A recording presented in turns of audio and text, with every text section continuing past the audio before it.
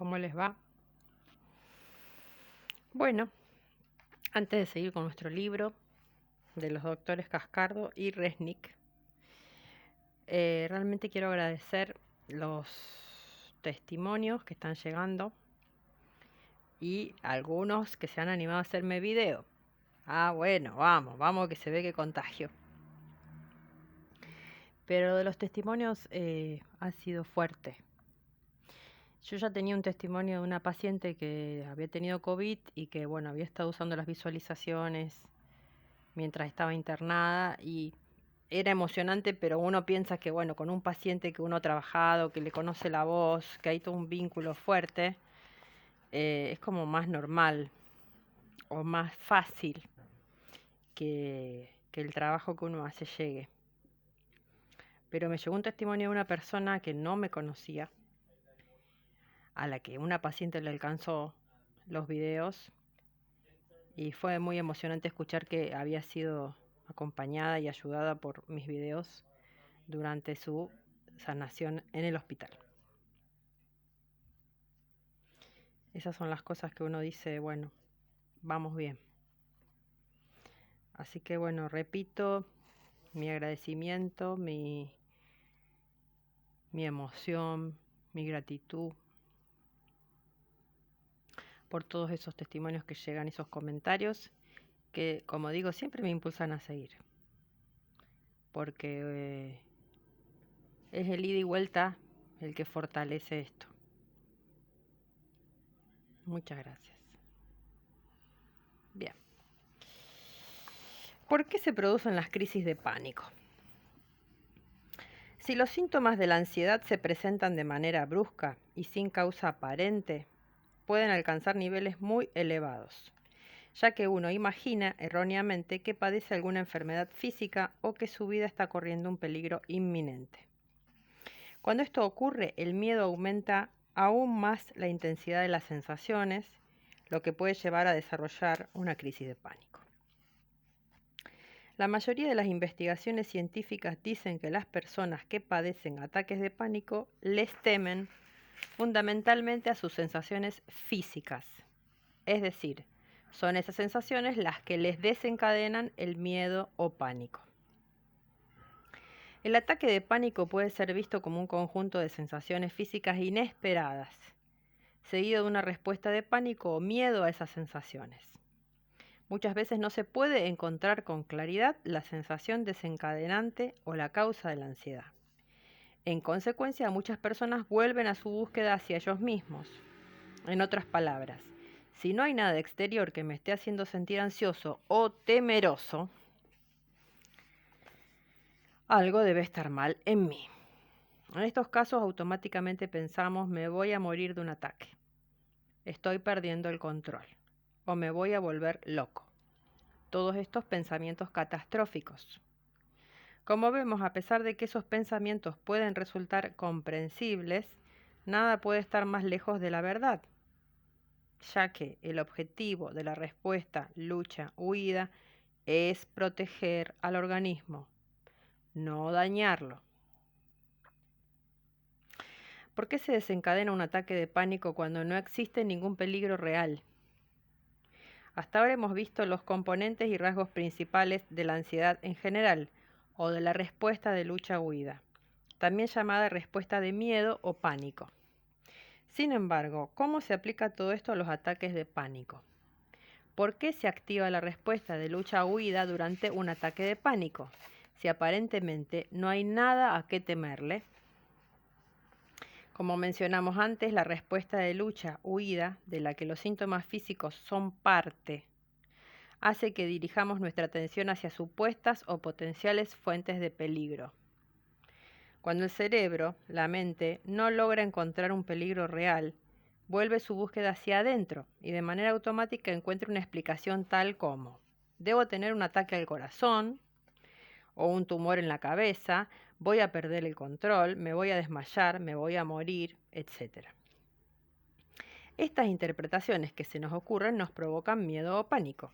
A su vez, el miedo y el pánico aumentan los síntomas físicos. De ese modo se produce un ciclo de síntomas: miedo, síntomas, miedo y así sucesivamente.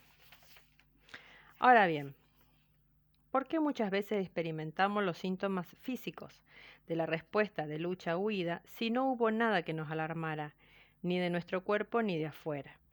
Es verdad, sabemos que los ataques de pánico suelen presentarse de manera espontánea cuando estamos paseando, por ejemplo. Hay muchos caminos por los que pueden desencadenarse estos síntomas, no solo a través del miedo. Por ejemplo, el estrés de la vida diaria resulta en un aumento de la producción de adrenalina y otras sustancias químicas que pueden a veces producir síntomas similares a la ansiedad y el pánico. Otra posibilidad es que tengamos una tendencia a respirar un poco rápido, leve hiperventilación, por costumbre, y esto también nos puede producir síntomas. Debido a que este aumento del ritmo respiratorio es leve, es posible que nos hayamos acostumbrado y no notemos que estamos hiperventilando. Una tercera posibilidad es que estemos experimentando cambios normales en nuestro organismo, que todo el mundo experimenta sin notarlo, por ejemplo, leve taquicardia o respiración agitada luego de correr unos pasos o caminar rápido. Pero, como debido a nuestro temor estamos permanentemente monitoreando o chequeando nuestro cuerpo, notamos estas sensaciones mucho más que el común de las personas. Además de las dos razones ya descritas para la producción de síntomas o sensaciones físicas, estrés e hiperventilación, existe una tercera posibilidad, el proceso llamado condicionamiento interoceptivo. En este caso, los síntomas físicos que ocurrieron en los primeros ataques de pánico quedan asociados al momento traumático y se convierten en señales cargadas de significado de amenaza o peligro. Esto es, se han vuelto reflejos condicionados. Como resultado, es muy probable que seamos extremadamente sensibles a estos síntomas y que reaccionemos con miedo, sencillamente debido a que en el pasado las experiencias de pánico estuvieron asociadas a ellos. Como consecuencia de esta asociación condicionada, las sensaciones que ocurren durante actividades comunes pueden llevar a desarrollar un estado de pánico.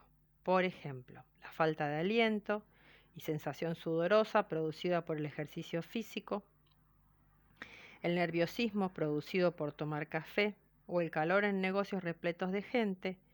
Todo esto nos puede llevar a desarrollar una sensación de pánico, motivo por el cual muchas personas que lo padecen evitan actividades físicas, deportes, tomar café o bebidas especiales.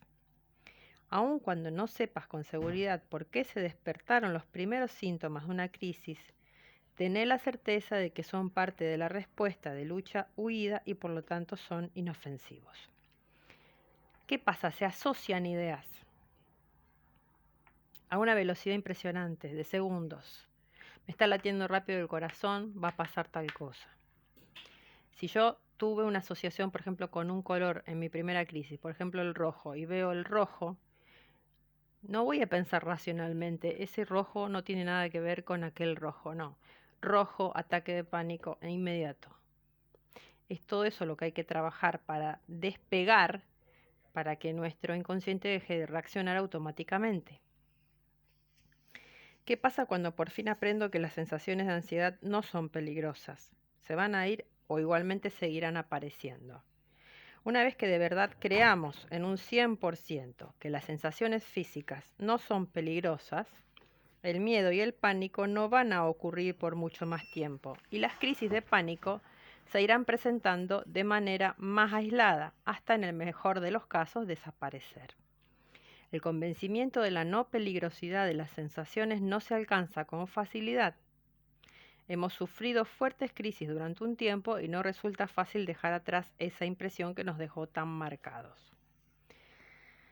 Algunas razones para confiar en que las crisis de pánico no van a matarnos.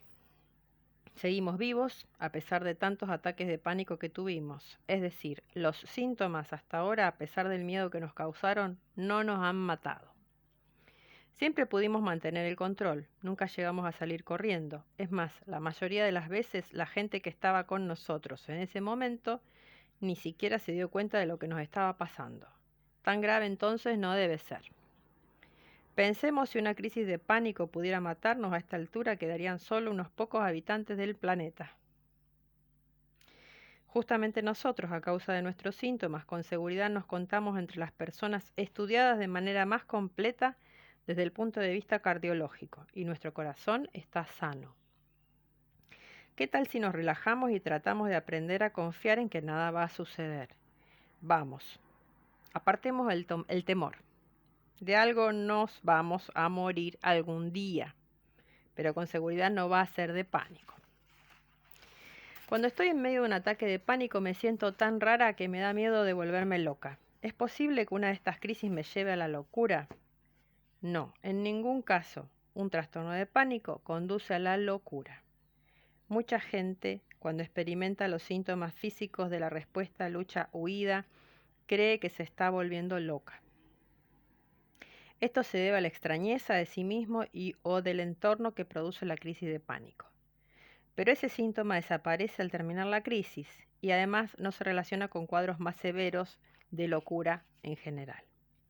La locura, o mejor dicho, la esquizofrenia, que es el tipo de psicosis más frecuente en gente joven, es una patología completamente distinta, con síntomas muy severos, como por ejemplo la discordancia entre pensamientos y discurso, ambivalencia afectiva, delirios o creencias extrañas, por ejemplo, que recibe mensajes del espacio exterior o que alguien controla sus pensamientos, y alucinaciones, o sea, que hay voces dentro de su cabeza.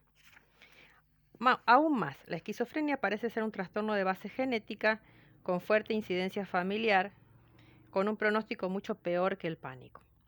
Por otra parte, la esquizofrenia generalmente comienza de modo gradual y no de repente, como el ataque de pánico. Sus primeros síntomas suelen ser las alteraciones de pensamiento ya mencionadas, de excitación psicomotriz o una gran falta de interés por todo aquello que no tenga que ver con su ideación delirante. ¿Por qué durante las crisis me parece que me voy a perder el control? Es verdad, en medio de una crisis de pánico sentimos una desesperación terrible, mezclada con una sensación de amenaza, y a veces parece que en cualquier momento podemos perder el control. Nos da miedo quedar totalmente paralizados, o por el contrario no poder evitar el impulso de salir corriendo de donde fuera que estemos, vociferando nuestra desesperación delante de todo el mundo y atropellando a quien se nos ponga delante con absoluta pérdida de la elegancia. Por lo que se mencionó antes, ahora sabemos de dónde vienen esos sentimientos. Durante la ansiedad, el cuerpo entero se prepara para la acción y hay un abrumador deseo de escapar. De cualquier modo, la respuesta de lucha-huida no está dirigida a lastimar a otras personas que no sean amenazantes, ojo, y no produce parálisis. Más bien apunta a que el organismo pueda escapar de la situación. No existen registros de ningún caso en que alguien se haya comportado de manera agresiva o salvaje durante un ataque de pánico. Aun cuando la respuesta de lucha-huida nos hace sentir confusos, raros o desesperados, de todos modos somos capaces de pensar y funcionar normalmente durante la crisis. Para más datos acerca de que esto es así, pensemos cuántas veces otras personas que estaban en ese momento con nosotros se han dado cuenta cuando hemos estado sufriendo un ataque de pánico. La respuesta es nunca o casi nunca. ¿Por qué? Porque la procesión va por dentro. A pesar de que las sensaciones son intensas y nos generan mucho miedo, somos capaces de controlarlas en una medida mucho mayor de lo que hubiéramos esperado. Bueno, hasta la próxima y espero que sigan mandando testimonios, videos y todo lo que quieran compartir. Se los agradezco mucho. Y acuérdense de suscribirse, poner me gusta, compartir, hacerlo llegar a gente que les sirva. Un abrazo.